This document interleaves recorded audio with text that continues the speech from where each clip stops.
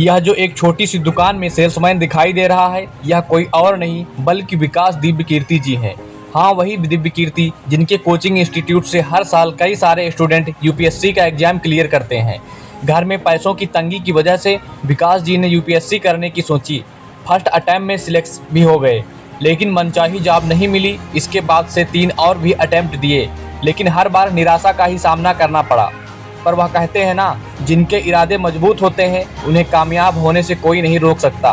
दृष्टि आईएएस भी उन्हीं मजबूत इरादों का ही नतीजा है, जो कि आज लाखों पेरेंट्स की मदद कर रहा है। आखिर विकास दिव्य कीर्ति के लिए एक मामूली सेल्समैन से $6 मिलियन की कंपनी बनाने तक का यह सफ़र कैसा रहा? इस सफ़र में कौन कौन सी मुश्किलों से उनको सामना हुआ, और आखिर क्या वजह थी कि उन्हें पॉलिटिक्स को हमेशा के लिए छोड़ना पड़ गया? सब कुछ डिटेल में जानेंगे आज के इस वीडियो में। तो दोस्तों, विकास दिव्य कीर्ति जी की स्टोरी स्टार्ट होती है 26 दिसंबर 1973 से, जब हरियाणा के भिवानी में मिडिल क्लास फैमिली में उनका जन्म हुआ था। पापा महर्षि दयानंद यूनिवर्सिटी में हिंदी लिटरेचर के प्रोफेसर थे और माँ भी एक स्कूल में बच्चों को पढ़ाने का काम करती थी। अब वैसे तो विकास जी ने अपने मिडिल और हाई स्कूल की पढ़ाई हरियाणा के सरस्वती शिशु मंदिर से कंप्लीट की, लेकिन उन्हें शुरू से ही मैथ्स और हिंदी से इतना ज़्यादा लगाव था कि पूरा समय वो इन्हीं सब्जेक्ट को ही दे देते थे, और यही वजह थी कि इंग्लिश जैसे सब्जेक्ट को उनके पल्ले ही नहीं पड़ते थे। हालांकि ट्यूशन वगैरह की वजह से किसी तरह से उन्होंने बोर्ड एग्जाम को क्वालिफाई कर लिया, लेकिन अभी भी हिंदी के प्रति उनका लगाव उनके बातचीत में साफ तौर पर देखा जा सकता है। आगे चलकर विकास दिव्य कीर्ति जी ने हिस्ट्री से बीए करने की सोची, लेकिन उस टाइम पर किसी कारणवश उनकी घर के हालात इतने ख़राब हो गए कि उनका गुजारा करना भी काफ़ी मुश्किल होने लगा था। इसलिए दिल्ली यूनिवर्सिटी में एडमिशन लेने के बाद वह मजबूरन अपना खर्च निकालने के लिए एक शॉप में सेल्समैन की जॉब करने लगे। और हाँ, विकास दिव्य कीर्ति जी की पॉलिटिक्स में भी काफ़ी इंटरेस्ट था, इसलिए दिल्ली यूनिवर्सिटी में पढ़ाई के टाइम पर वह राजनीति में भी एक्टिव हो गए थे और वहाँ पर कई सारे सोशल मूवमेंट का भी हिस्सा रहे। लेकिन आगे चलकर कुछ लोगों से इन्फ्लुएंस होकर वह आईएएस का सपना देखने लगे, और यही वजह थी कि एमए के साथ साथ उन्होंने यूपीएससी की भी तैयारी शुरू कर दी। इसी दौरान उनकी मुलाकात तरुणा वर्मा नाम की एक लड़की से हुई। दोनों में बातचीत बढ़ी और यह दोनों एक दूसरे को पसंद करने लगे। अब क्योंकि उस टाइम तक विकास जी के बड़े भाई की शादी नहीं हुई थी, इसलिए अपनी रिलेशनशिप के बारे में घर वालों को बताने में उन्हें थोड़ा संकोच हो रहा था, लेकिन फिर भी किसी तरह से हिम्मत करके उन्होंने अपने पिता से तरुणा के बारे में बात की और अपने फीलिंग्स को शेयर किया। इस पर उनके पिता ने जवाब दिया, कोई बात नहीं, ले आना उसे, बाकी हम सब देख लेंगे। इस इंसिडेंट के बाद से तरुणा की बातचीत विकास जी के पेरेंट्स से भी होने लगी और वह लोग शादी के पहले इतने घुल मिल गए थे कि मानो तरुणा को अभी से वह अपने घर की बहू मानने लगे थे। आगे चलकर मास्टर्स की डिग्री लेने के बाद से विकास दिव्य कीर्ति दिल्ली यूनिवर्सिटी में असिस्टेंट प्रोफेसर काम करने लगे और 1996 में हिस्ट्री को ऑप्शनल सब्जेक्ट बनाकर यूपीएससी के लिए फॉर्म फिल कर दिया। लेकिन बाद में जब उन्होंने इस सोशियोलॉजी पढ़ा, तब उन्हें लगा कि इस सब्जेक्ट में वह ज़्यादा बेहतर कर सकते हैं, इसलिए उन्होंने दोबारा फॉर्म भरा जिसमें सोशियोलॉजी को सब्जेक्ट सिलेक्ट किया गया।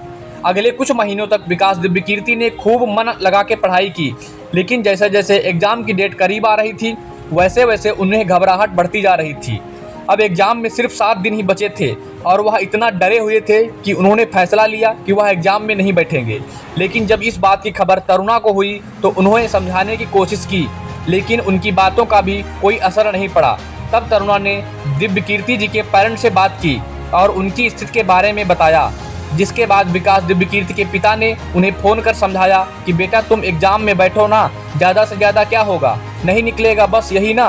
पिता से बात करने के बाद उनका डर थोड़ा कम हुआ और वह एग्ज़ाम देने के लिए एग्री हो गए। इसके बाद से जब विकास दिव्य कीर्ति जी ने एग्ज़ाम दिया तो फिर प्रीलिम्स क्लियर हो गया और फिर कुछ दिनों के बाद ही उन्होंने मेंस भी क्लियर कर लिया। अब बाकी था तो सिर्फ इंटरव्यू देना, जिसके लिए वह काफ़ी कॉन्फिडेंट थे। इसी बीच 26 मई 1997 को उन्होंने तरुणा वर्मा से शादी कर ली और दोस्तों, शादी के कुछ टाइम के बाद ही विकास दिव्य कीर्ति जी का इंटरव्यू हुआ और फिर इसमें भी उन्हें सफलता मिल गई। 4 जून 1998 को जब फाइनल रिजल्ट आया तब विकास दिव्य कीर्ति जी का रैंक था 384। अब वैसे तो विकास दिव्य जी को उम्मीद थी कि उनका पार्टीशन टॉप 20 में रहेगी, लेकिन ऐसा नहीं हो सका, जिस पर उन्हें काफ़ी निराशा हुई।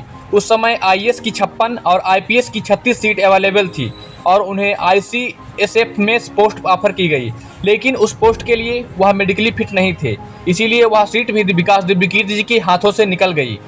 इसके बाद से उन्हें ministry of home affairs, department of official language में सिलेक्शन ऑफिस का पोस्ट मिल गया। क्योंकि विकास दिव्यकीर्ति जी इस जॉब में बिल्कुल भी मन नहीं लग रहा था, इसलिए 8-10 महीने के बाद ही उन्होंने अपने पद से इस्तीफा दे दिया। हालांकि आगे भी उन्होंने अपने मनचाहे जॉब के लिए यूपीएससी के कई सारे अटेम्प्ट दिए, लेकिन कभी उनका मेंस में कम नंबर हो गए तो कभी वह इंटरव्यू में सिलेक्ट नहीं हुए। लेकिन दिव्यकीर्ति जी जब तैयारी कर रहे थे तब उनसे पढ़ने कुछ स्टूडेंट आया करते थे और वह उनके पढ़ाने के तरीके से इतने प्रभावित थे कि जल्दी ही विद्यार्थियों की संख्या इतनी ज़्यादा हो गई कि वह सारे लोग एक कमरे में अटते ही नहीं थे। और दोस्तों, स्टूडेंट्स के डिमांड के चलते विकास जी ने 1 नवंबर 1999 की दृष्टि आईएएस को इस्टेब्लिश किया और इस इंस्टीट्यूट को रन करने के साथ ही उन्होंने अपनी एमफिल यानी कि master of philosophy Hindi subject से पीएचडी और एलएलबी जैसी डिग्री हासिल कर ली। और यूपीएससी का प्रिपरेशन छोड़ने के बाद उन्होंने अपना फोकस दृष्टि आईएएस पर देना शुरू कर दिया। स्टार्टिंग में इस इंस्टीट्यूट को दिल्ली के मुखर्जी नगर में खोला गया था, लेकिन बढ़ती मांग की वजह से जयपुर, प्रयागराज, लखनऊ और इंदौर जैसे शहरों में भी इसके ब्रांचेस को ओपन किया गया।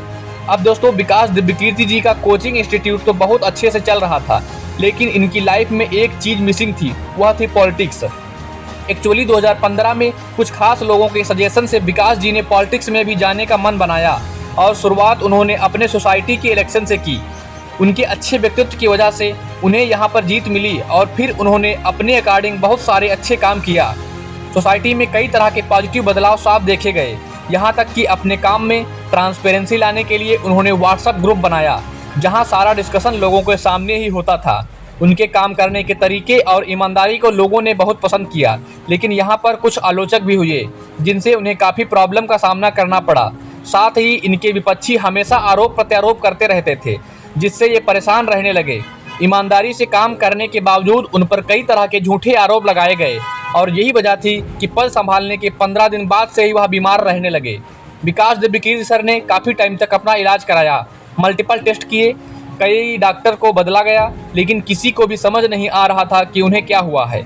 आगे चलकर 1 साल के बाद जब उन्होंने न्यूरोलॉजिस्ट को दिखाया तब उस डॉक्टर ने एग्जामिन करने के बाद बताया कि आप फिजिकल पूरी तरह से फिट हैं, आपको सिर्फ किसी तरह की एंजाइटी परेशान कर रही है।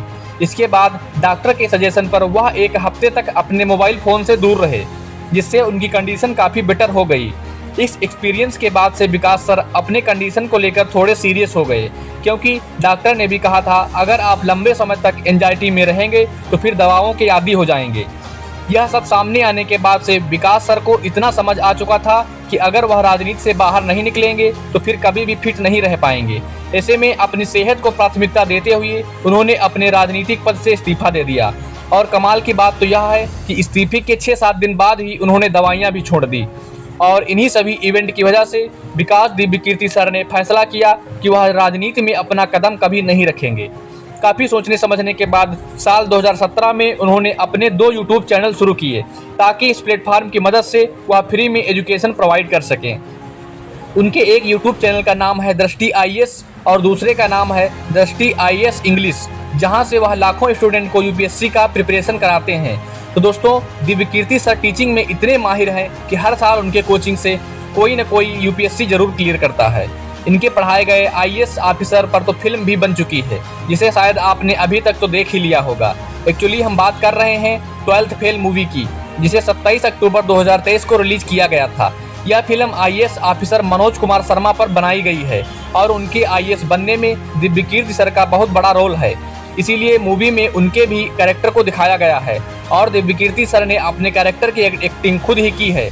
लेकिन क्या आपको पता है इस रोल के लिए उन्होंने कितने रुपए चार्ज किए हैं? असल में दिव्यकीर्ति सर को फिल्म में काम करने के लिए लाखों का ऑफर मिला, लेकिन उन्होंने फ्री में काम करने के लिए कहा और दक्षिणा के रूप में सिर्फ 101 रुपये स्वीकार किए।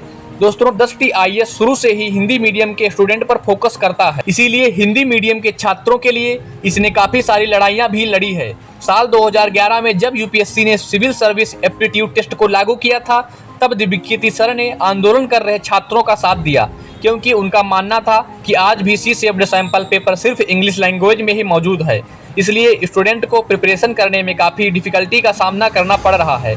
उनके इसी सहयोग और यूनिक टीचिंग स्टाइल की वजह से उन्हें खूब पॉपुलैरिटी मिली है और आज लगभग हर वह स्टूडेंट जो कि यूपीएससी की तैयारी कर रहा है या फिर नहीं भी, उन्हें विकास दिव्यकीर्ति सर की बातें सुनना बहुत ही पसंद है। उनकी सिंपल पर्सनालिटी और काम नेचर लोगों को खूब भाता है, इसलिए स्टूडेंट घंटों बिना थके उनके टॉपिक को सुनते रहते हैं और आज यह दिल्ली में one of the best coaching institute में गिना जाता है। साथ ही दृष्टि IAS यूट्यूब चैनल पर 11.4 मिलियन सब्सक्राइबर हैं, जिन्हें यूपीएससी जैसे टफ एग्जाम की फ्री में तैयारी करा रहे हैं। वैसे आपको दिव्य कीर्ति सर और उनकी बातें कैसी लगती हैं, हमें कमेंट करके जरूर बताएं। धन्यवाद।